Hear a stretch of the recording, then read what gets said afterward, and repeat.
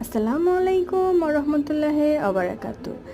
আরহামের বাবা শুক্রবারে বলছে একটু অন্যরকম খাবার খাবে, তাই তার বায়না রক্ষা করার জন্য চলে এলাম। আমি রান্না করেছি বিভিন্ন পদের সবজি দিয়ে শুটকি, 4 রকমের ভর্তা, কাঁঠাল বিচি ভর্তা, কালো জিরে ভর্তা, শুটকি ভর্তা, ডাল ভর্তা।